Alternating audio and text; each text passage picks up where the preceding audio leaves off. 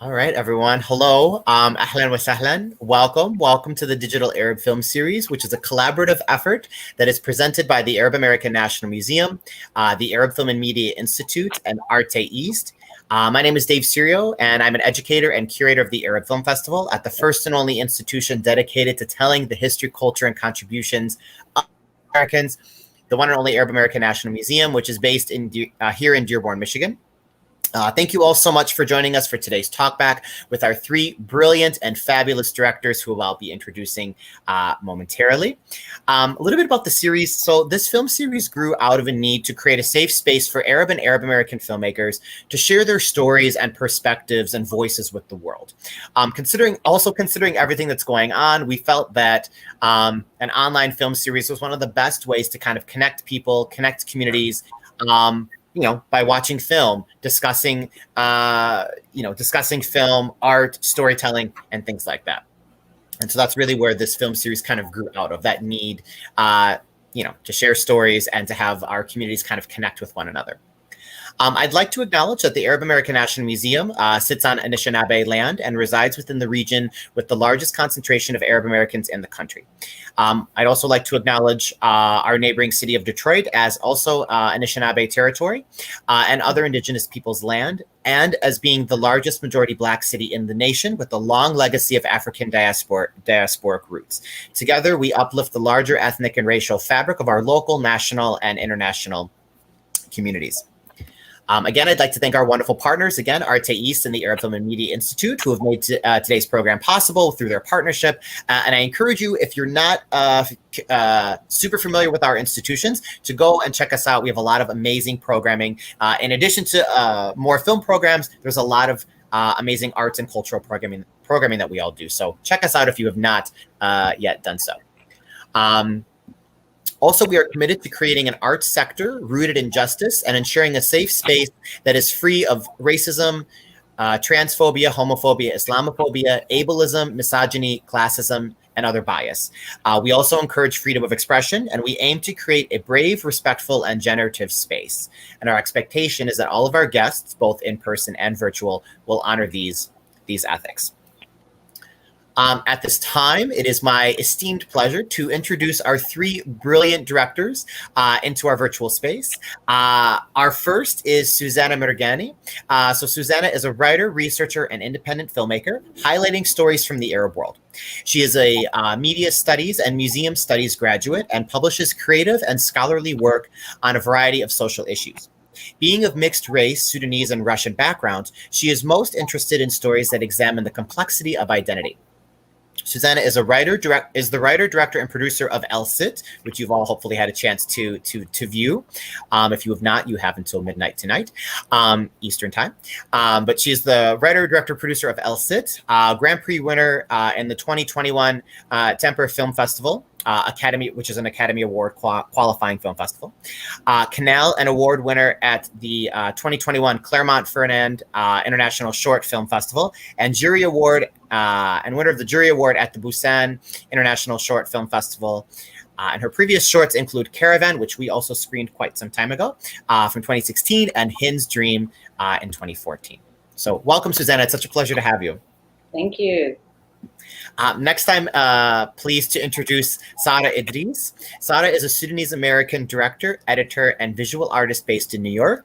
She is the partner and co-founder of Golden Tusk Labs, a creative development company devoted to telling great stories from unexplored perspectives. As an editor, Sarra has over 15 years of experience in various projects across TV, commercials, web series, short films, and music videos. Companies include NBC Universal, Saturday Night Live, PSYOP, Google Creative Lab, MPC, Twitter, Pentagram, and BBC America. As a director, Sarra's short films have been screened at the Diversity in Cannes Short Film Showcase, New York African Film Festival, Cinetopia Film Festival at the Smithsonian Arab American National Museum, which is us, the ICA and the ICA London. Outside of her professional ventures, Sarra is committed to promoting cross-cultural understanding for underrepresented voices. She worked and taught in Sudan as part of the Cultural Healing Program and as an artist in residence in the Rashid Diab Arts Center in Khartoum. And of course, Sarra is the brilliant director behind the film Adam and Howa. So Sarra, such a pleasure to have you. Thank you for joining. Thanks for having me. Of course. And last but certainly not least, super happy to welcome Hashim Hassan into our space. Hashim received his BA in Middle East Studies from UC Santa Barbara and his MFA in directing from the American Film Institute in Los Angeles. A handful of dates, which again is the beautiful film that is a part of this month's film series, is his fourth short film and his first filmmaking venture in Sudan. Hashim is currently a freelance video producer serving local businesses and nonprofits in California's Central Valley while pursuing his passion for writing, acting, and directing in TV and film. Hashim, thank you again very much for joining us. Thank you. Just to clarify, it's actually Hashim. Thank you. Yeah. No worries, though. Okay. It happens a lot. But thank you for the intro. Appreciate it. My pleasure. Yeah.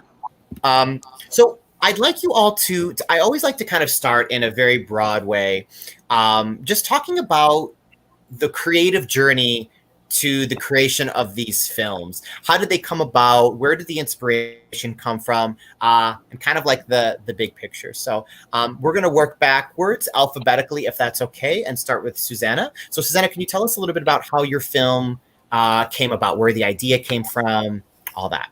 Sure. I mean, the subject of Ilsit and the subject of arranged marriages and the subject of the cotton fields are all kind of little collections of memories of my life growing up in Sudan as a young girl and as a teenager. So these stories have always been kind of brewing, but my family left Sudan after a few years after the military government had taken over and moved to Qatar. And so in Qatar, you keep these memories just like that. You don't do anything with them. And it wasn't until the Doha Film Institute opened in Qatar, and there was real possibility to begin making films, to take workshops, script writing workshops, camera workshops, lighting, all that kind of stuff. So I had a script. I had written a script for Ilsit, which I didn't know if I could ever go to Sudan to shoot it because the government was still in charge. It was very difficult to make films at the time. So once the revolution happened and once a new government came in, this is where we thought now is the time. Now is the right time to go to Sudan to make this film. And it was the first time that I'd been back to Sudan in 20 years. So for me, it's my relationship to Sudan has been mended through cinema. This is the way that I like to see it because I went for the first time to make this film, along with my producing partner, Suzannah Mirghani, and Salwa Khalifa, who's my assistant director. So imagine coming to a country 20 years later, not knowing the terrain, not knowing anything anymore, and really have to relearn everything about Sudan, and also relearn everything or learn everything about making a film in Sudan, because we don't have a huge film industry. We do have extreme professionals. I have to always say that. The people who worked on my film are highly professional. Khalid Awad, the DOP, has just an exquisite way of seeing the world. Sarra Awad, the art director, and the costume designer Simba, and the makeup artist, all these people are really just on their game. So this is what you come with preconceived notions about what is possible in Sudan, and you're very pleasantly surprised. So that's just the big picture. Beautiful. Thank you, Suzannah. And thank you for giving us a little context. And we'll dive a little bit into my next question about the Sudan, the film industry in Sudan. So thank you for kind of prefacing that. Sarra, how about you? Where does Adam and Howa come from, and how did the idea kind of come about? So Adam and Howa was first shot in 2014, so a while ago. And so it was during a time that I'd been back and forth, but I was just kind of stunned by just the numbness that everyone had in terms of the youth. And this is pre-revolution. This is when you could just kind of feel just the anxiety and fear and lack of future. But numbness is really kind of a big word that I use because, the government had its thumb on people. There was definitely whispers of revolution and there have been a few thwarted revolutions. So part of Adam and Howa came from just wanting to convey that. And given at the time, the film industry, as far as I know it, in terms of the reemergence of it, because we had one before, but the reemergence of it was only about 3 or 4 years old at that point. I mean, I'm talking about from educating people on, like Sudan Film Factory had just been formed a couple of years ago. Before that, I should say. My DP, actually, Mohammed Al-Umda, who was amazing, and now is part of, he's producer and stuff, and You'll Die in 20. That was one of the first kind of films that he was shooting as well. So, but we had to do a lot of run and gun and undercover. We were stopped by secret police. I mean, there was no photography in certain areas, in the marketplaces, on bridges and everything. And so the story actually had to get cut down. I mean, the film is only 8 minutes. I didn't get to do as much as I wanted to because at times we were stopped and we had to show the footage that we recorded. We had to, just hide. And I told them it was part of when we shot was during Ramadan. So I told them it was like a Ramadan, like I was just lying. I wore a full hijab and I would kind of hold things. So it was really a lot of just get what you can get. We didn't have a full crew with lights and stuff. I mean, some of the scenes in the rickshaw, I shot with the light from an iPhone. I mean, but I'm very proud of what we were able to accomplish given the circumstances. And for me, it really is encapsulates a moment in time.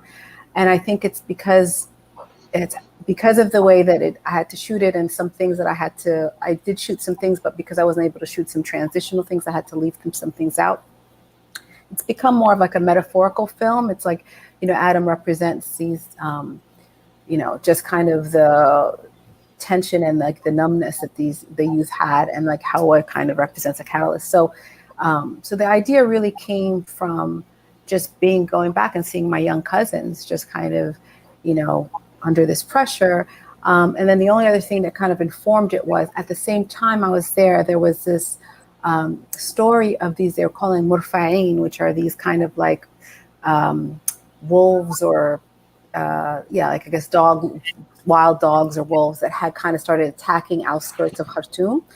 And then it was like the way that Sudanese, storytelling works, there's always myth that's kind of starts to get involved. And so people were like, oh, they're half, one of them they said was Howa was half woman, half, dog. And she can like,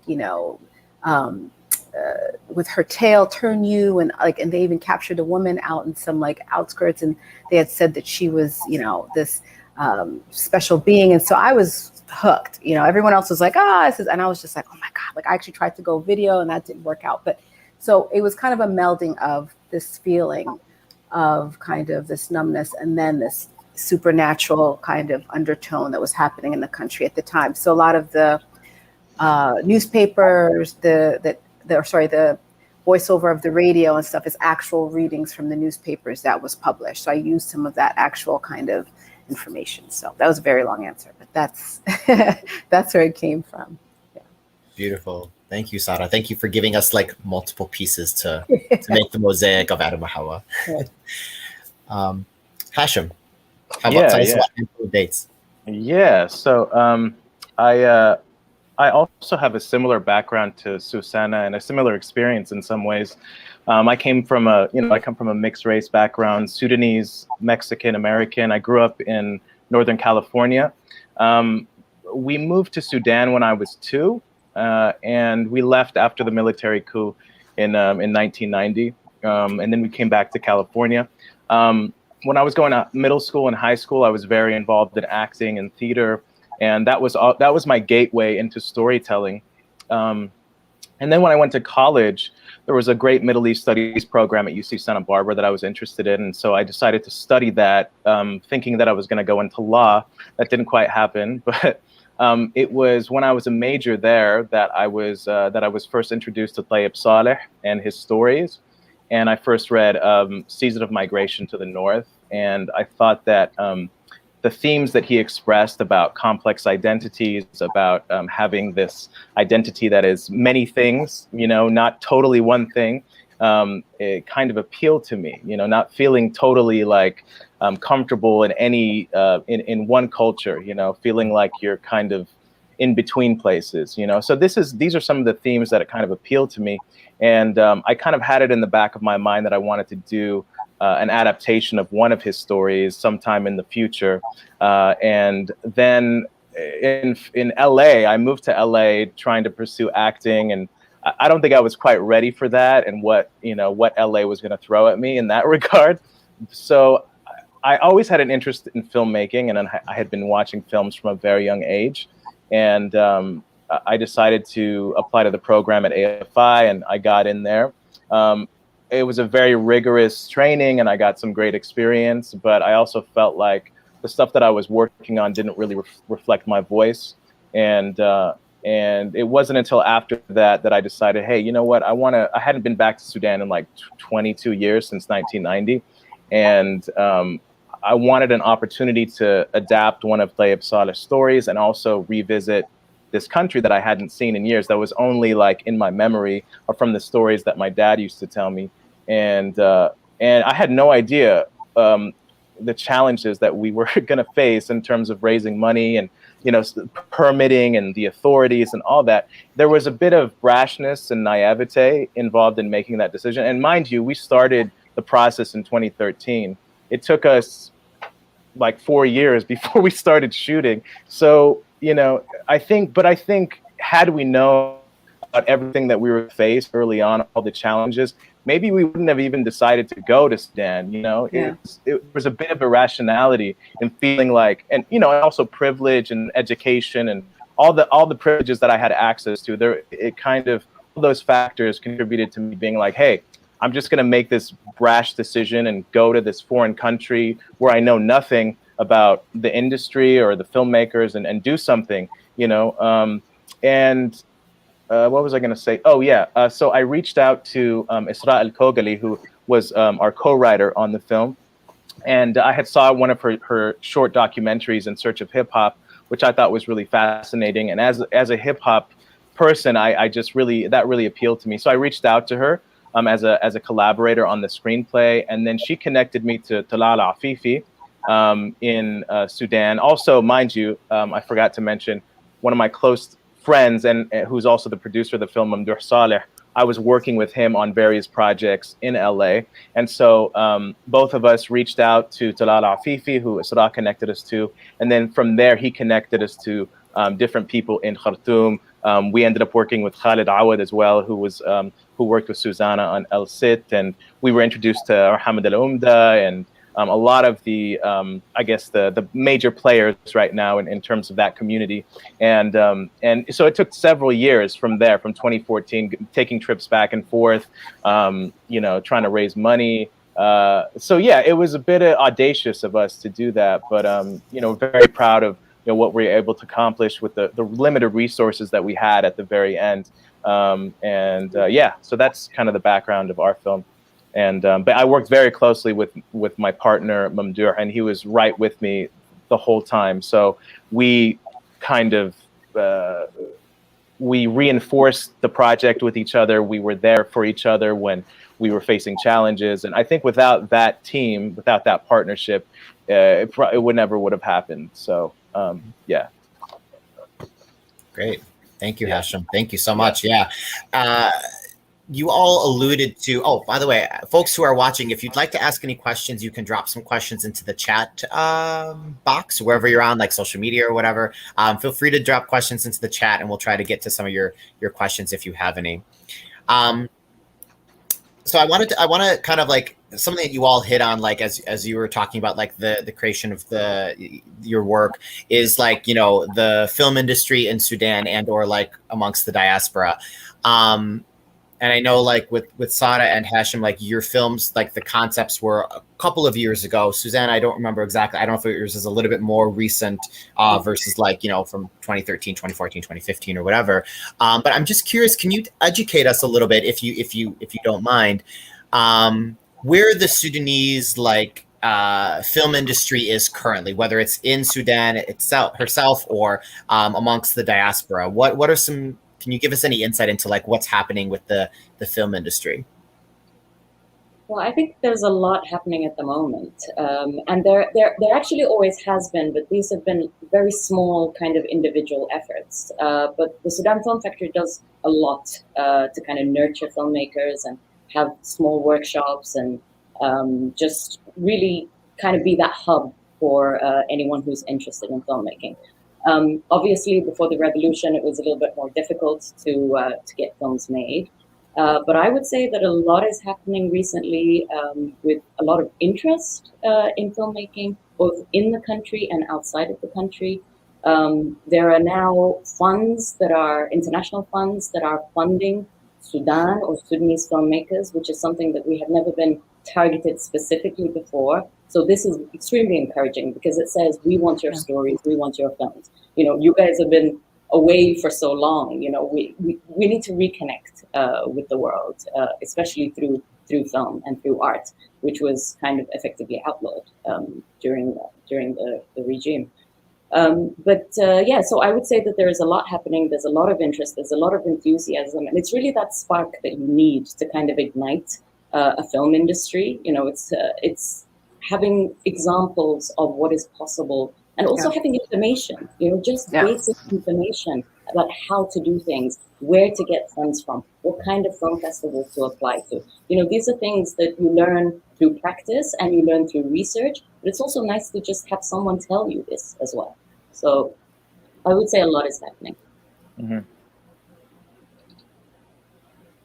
Great. Thank you, Suzannah. Sarra, Hashim, anything else to add? She summed it up pretty well, honestly. I don't know if I have that much to add to that. It definitely, there definitely seems to be a lot more energy and excitement around filmmaking now. When we were starting the film, it was a little more repressed and limited, I feel, in the general climate. Yeah, I mean, I think Suzannah kind of summed it pretty well. Yeah. Yeah, I would agree. And I think, you know, access is a huge thing. When you're talking about, in some ways, since 2010 or so, there's been a lot of access in both technology, right? The advancement of it, making things more easy for filmmakers, and then having workshops. And so now you're talking about almost a full 10 years of people being able to have access. So I think we're seeing the fruit of that. And I want to commend a lot of those guys, you know, Talal Afifi, a lot of those guys who started Sudan Film Factory, who had been working with, you know, and I don't want to speak for them at all, but who had been working with other NGOs and organizations. I taught with an NGO. This was, I think, 2011. And we were doing stuff in Coastie and stuff, and it was just introduction to just basic ideas of filmmaking and editing, mostly because I was, you know, mostly an editor at the time. And the thing that struck me was just the incredible amount of talent and stories. I mean, these are people who've been through a lot, so there's so much, and the world doesn't know us, doesn't know our stories really, whether it's Arab world or even African world and just the world in general. So I'm very excited by just kind of the bravery and just the sheer talent that's coming out. And people are hungry and they want this, you know, and I think it's a beautiful thing to watch. It's a beautiful thing to be able to see yourself on screen, different aspects of it. So yeah, I think there's a burgeoning scene. I think the world is noticing, and I think that hopefully we can really, you know, and I'm in the diaspora. I'm also speaking for those who are there, living there, breathing there, and trying to come out. I think we have a lot of stories that I think will hopefully come out, in the future. Absolutely. No, very well said, all of you. Thank you. And Suzanne, I love what you said in the very beginning, is like, when I was asking the question of like, is there, you know, where's the industry at? And you're like, it's always been there. It's just, it's changing and it's growing, but it's always been there. I think that's really important to know. Because when you look at other, you know, film festivals in general, there's obviously areas that put out a lot of film, and those areas obviously get a decent amount of attention. But I think, from a curator's perspective, at least, to be a really good curator, and this is something that I'm always working on, is you have to dig a little bit and find those films and those stories, because they exist, but it might not be at the distributor that everybody knows by picking up the phone and making a quick call. Like, those stories exist. So as a curator, that's something that I think we should be at least trying to train ourselves to find those stories, because they do exist, right? And also big shout out to Sudan Film Factory. They are amazing. We've worked with them a little bit. We need to do much more, but big shout out to them and all the amazing work that they do. So switching gears back a little bit to back to your films. Can you tell me a little bit about the audience reaction? I'm always curious to hear how folks react to different films. Like, you know, I enjoy having conversations with my friends sometimes when we watch a film, and like, I'll love it and they hate it, or it's always interesting to hear like other folks' perspectives. So how have audiences reacted to your works? Well, since El Sit was made and released, it has been mostly online virtual film festivals. I would say 99% of them. It premiered at the Ajao Film Festival in Qatar, but at the time it was still Corona, and so we had a drive-in cinema, which was great visuals but small sound, so you don't really get that experience. I think it screened once in an actual theater. So everything's been online, and the reactions that I get are obviously from my friends on social media, which is lots of love hearts. This is what you get, but you don't get a real picture of what people think and a real conversation about it. So I haven't yet had that pleasure of actually talking to people after a screening. The film screened physically in London last week. I wasn't able to make it, but the most heartwarming thing that I have ever seen was that there was a Sudanese audience of maybe 20 middle-aged women from the Sudanese Women's Association, and they went to see the film. And at the end of the film, I don't know how many people watching this have actually seen it, but at the end of the film, there's a song, Habibi Ta'al, and they sang the song in the auditorium, and they carried the song out onto the streets. And they were standing there very close to Buckingham Palace, singing this Habibi Ta'al song out loud. And lots of people were stopped to take photos and talk to them and ask them what it's all about. So these are the kind of ripple effects that unfortunately, I haven't seen personally yet, but this is the kind of thing that warms my heart. Mm. Absolutely. Beautiful. Thank you. Yeah.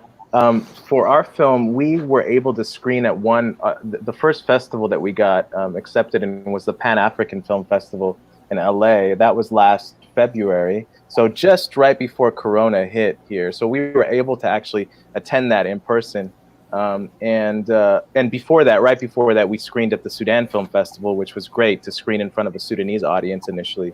For both of those festivals, the audience reaction was overwhelmingly positive. I think that because we took some departures from the original story, particularly with the ending of the film, and it was another reason that happened was just because of limited time and we had to cut things. The ending in some audience reactions, especially during the Q&As afterwards, some people had questions about the ambiguity of the ending, and it not being totally resolved, right? Or them questioning why the main character did something at the end. But other than that, I mean, I think overwhelmingly it was very positive. After those two film festivals, we did a lot of virtual film festivals like El Sit, and it was a lot of people just thought it was a beautiful film. They mentioned the cinematography. They mentioned that it transported them into almost like this mythological world, which was great, which is what we intended. So we are very happy with the responses that we got overall, both from a non-Sudanese audience and a Sudanese audience. Yeah, and same with Adam and Howa. I think overall, because it was earlier on that it was screening, so it was one of the first kind of wave of films that had come out. So for me, it was people just happy to see themselves on screen. It was a gateway to a lot of conversation about what is it like, what happened, and because it's a short film, it's only about 8 minutes long. But I also think some of the funnier things where people were like, so where's the rest of the film coming? Some of the Sudanese audience right. is like, what is this short? I don't understand. Like, right. Is this the teaser? Like, what? And I'm like, well, this is hopefully once I got funding and all these other things. But overwhelmingly positive and just people kind of relating, but kind of wanting to, I just remember in different screenings. I mean, even at the one in Dearborn when I went, and also at New York African Film Festival and others. It just kind of we started talking about just the state of the country and people. And so overwhelmingly positive, but I think it's kind of what we said before. I think it's just part of it is people really happy to see any aspect of themselves, and not like a portion of it that you can kind of relate to, but something that you're like, oh, this is clearly me. This is clearly for me, by me. And I think Suzannah's story is so beautiful. Like, I love that. I love that that people can relate, that film can do that, and affect people in that way. Right. So, yeah. No, absolutely. Well said, everybody. And no surprise that you've had very positive experiences, either virtually or in person, with your films. They're absolutely, of course, amazing.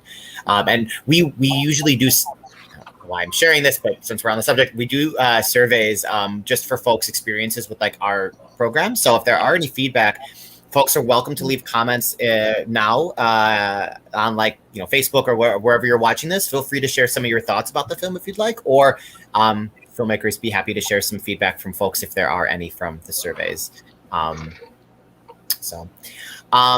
I have one last question, and then I think we might have time for a couple of questions from the audience. But my last question to you is,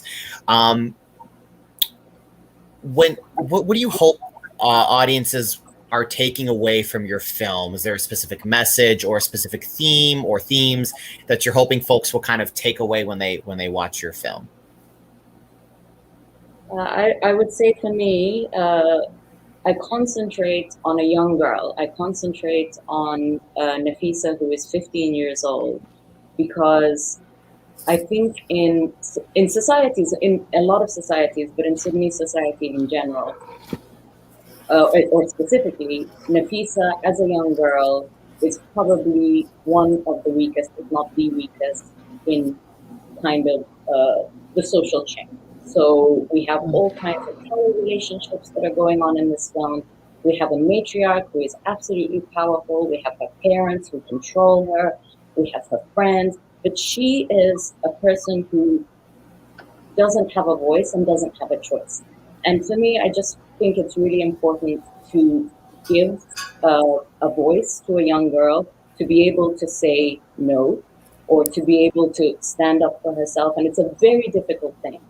In a very conservative traditional society, it's a very difficult thing to say no. Just that one gesture. So for me, it's about her and about the future of Sudanese girls, and how they can actually turn into matriarchs and powerful people at the end of their life. Beautiful. Thank you, Suzannah.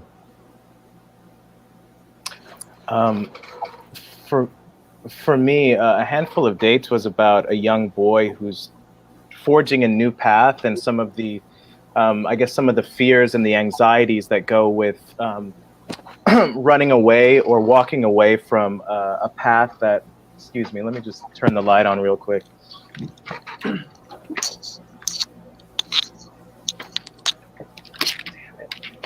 There we go. Sorry about that. So some of the, some of the anxiety and the fear that goes along with forging a new path for yourself, especially as a younger person in a traditional conservative, mainly patriarchal society. And for me, that's what the film appealed to. And I know that there is conflict. There's a lot of conflict between some of the older generation and the younger generation. And I wanted to kind of show that. And it's not easy. It's not easy to kind of walk away and forge a new path for yourself. But, it's something that I think we all need to do. And that's how the story kind of appealed to me. And I tried to find my own voice in that story and kind of examine and explore my own relationship with, my father and some of the traditional males in the society, yeah. Great. Thank you, Hashim. So for Adam and Howa, again, this was early, but I think the main thing for me at the time that I was hoping for people to take away is to understand this great weight that I felt like the youth was under. And it was also, a metaphor for just the loss of, we grew up with great stories of nationalism and people protecting your land and self and decency. And I think the last, 30 some years or so has there was just a loss of that. So it was kind of a metaphor for the youth and just how they, you know, how oppressed they felt. And then also the idea that you're not alone, that together there could be a catalyst for something, a catalyst for change. And so in a lot of ways, the revolution was that, you know. So weirdly enough, for me, it's kind of was amazing to see, you know, the revolution happen. And I think, you know, the film felt something like that, felt that bubbling of that happening. And it was kind of this idea, you know, and in the end, there's like the last shot is just, you know, Adam and Howa turning around and kind of facing as if they're going to, you know, do something, move forward.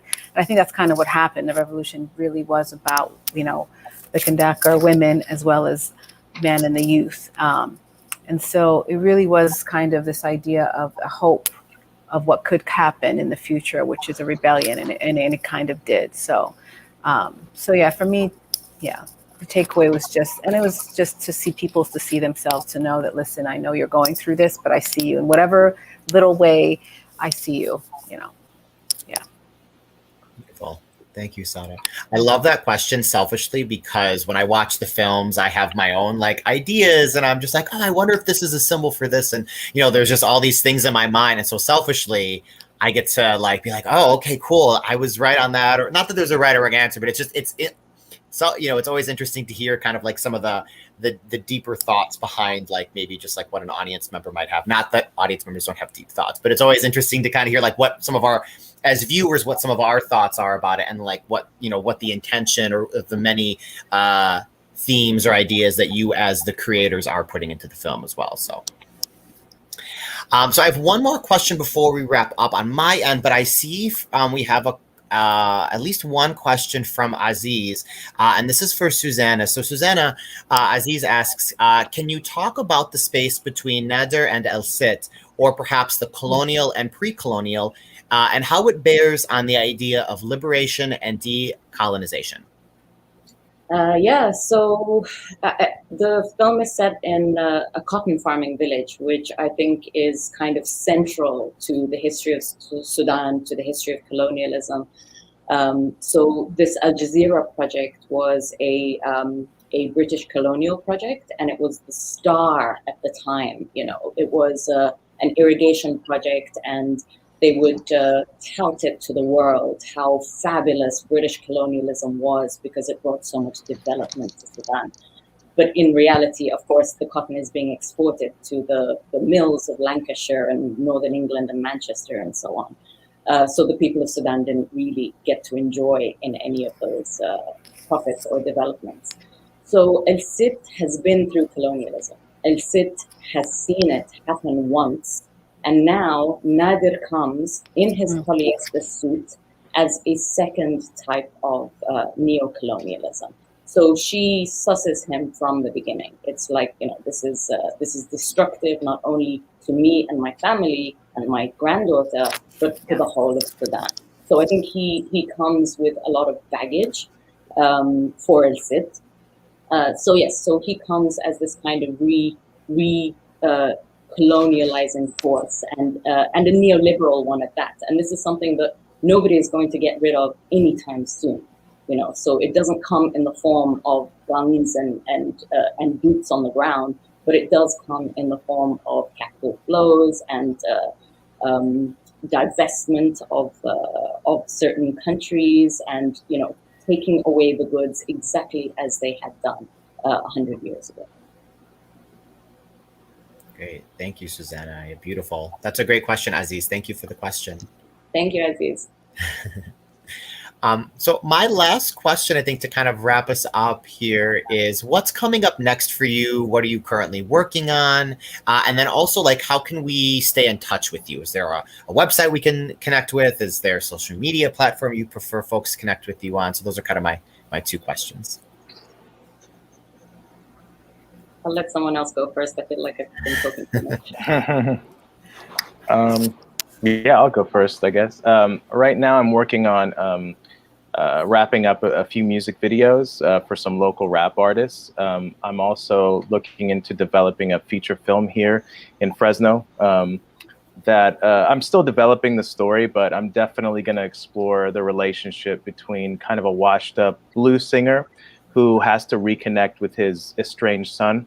And and I'm just looking at that relationship, and I'm going to be shooting around this town with friends, and hopefully acting and starring in it as well. And so still developing that script, but hopefully we'll be ready to shoot, I don't know, maybe 3 to 4 months, depending on funding and the script being solid and whatnot. But yeah, I want to focus on making films here in the States and better my Arabic before I go back to Sudan to pursue another project. That was one of the biggest issues I had with directing, was just not being able to communicate effectively with my actors. And it's really important for me, at least, to go back to Sudan, but just with the right kind of preparation and just being able to speak the language, more freely.